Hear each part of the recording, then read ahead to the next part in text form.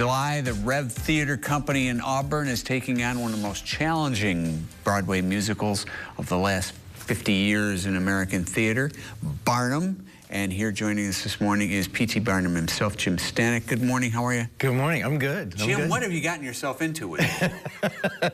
That's what my wife keeps asking me. I've gotten myself into one of the greatest musicals I've ever been a part of. And a whole heck of a lot of work. That's right. Who's the P.T. Barnum that you've gotten to know? P.T. Barnum, in history, he was alive from 1810 to 1891, and we're still talking about him 135 years later, so there's obviously he did some things right, or catastrophically wrong, so we're still discussing it.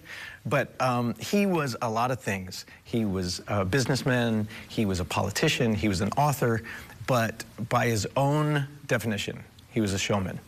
He said once that, you know, I am a showman by profession, and any gilding that gets put on me is wrong, basically. It's just to puff me up. But he said, I am a showman. And that's, he's complex, he's real, and I think that's why we are still talking about him all these years later, is that he did things that were fantastical and amazing that we look at now and go, how did he get away with that? And why did he do those things? And also, we're still talking about some of his accomplishments. The Ringling Brothers Barnum and Bailey Circus that he was a part of, and also the fact that he is credited at coining the phrase, there's a sucker born every minute, you know, among other things. So he's complex. He's a little bit of a wily person, but he also loves deeply. I mean, that's what I think our show is about, is that it's about his love of life, his love of his wife, his love of other things that sometimes got in the way of that, but his love of color and excitement. And it's 45 years since this show first hit Broadway. Why are we still talking about this show?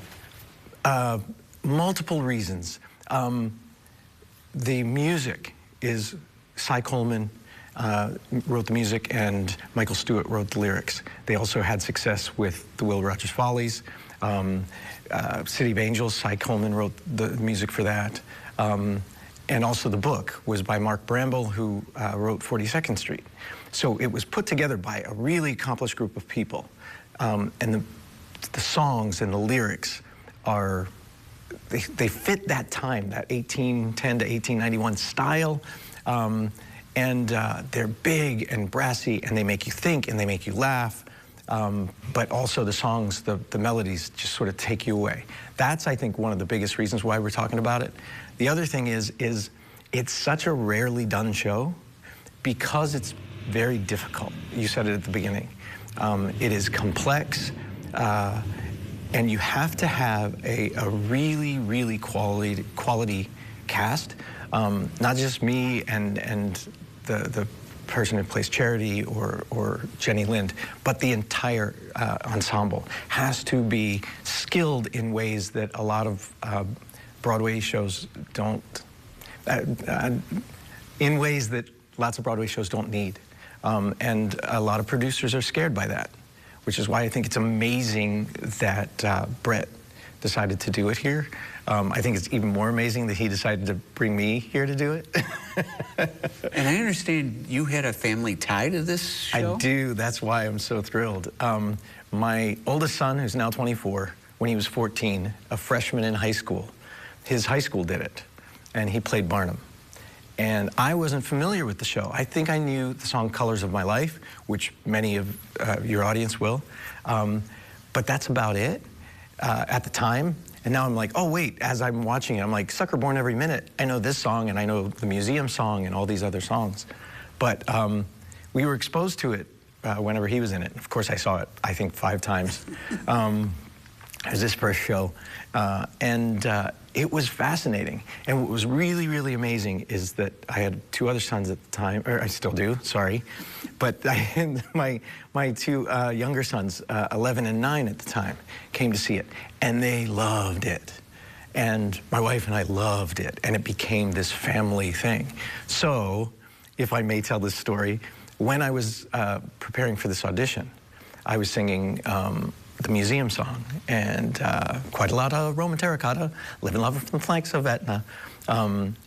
And my middle son, who listens to bands like Ice Nine Kills and My Chemical Romance, he's got tattoos and piercings and long hair and colors in his hair, and he's walking around, he was like, is that from Barnum? I was like, yeah. He was like, is that for an audition? I was like, yeah. He's like, for Barnum? I said, yeah. And he was like, sick. And I was like, yeah? And he was like, yeah, that show has some bangers in it. I was like, okay. I said, you're right, it does have some bangers in it. That's code for really good song. It's 2 acts, but I have a feeling there's going to be a 3rd act in the car ride home with everybody talking about it. About how did they do that? Oh my gosh, did you love that part? What was your favorite song? And there's going to be a lot of differing opinions. Because, oh, I'm going to like this one. I like this one. Oh, when that happened. It's really, really, I think, going to be a special experience. And what more could you ask for a night of entertainment? Right. Barnum, July 9th through the 26th at the Merry-Go-Round Playhouse, presented by the REV Theatre Company. Starring Jim Stanek. And so many other people.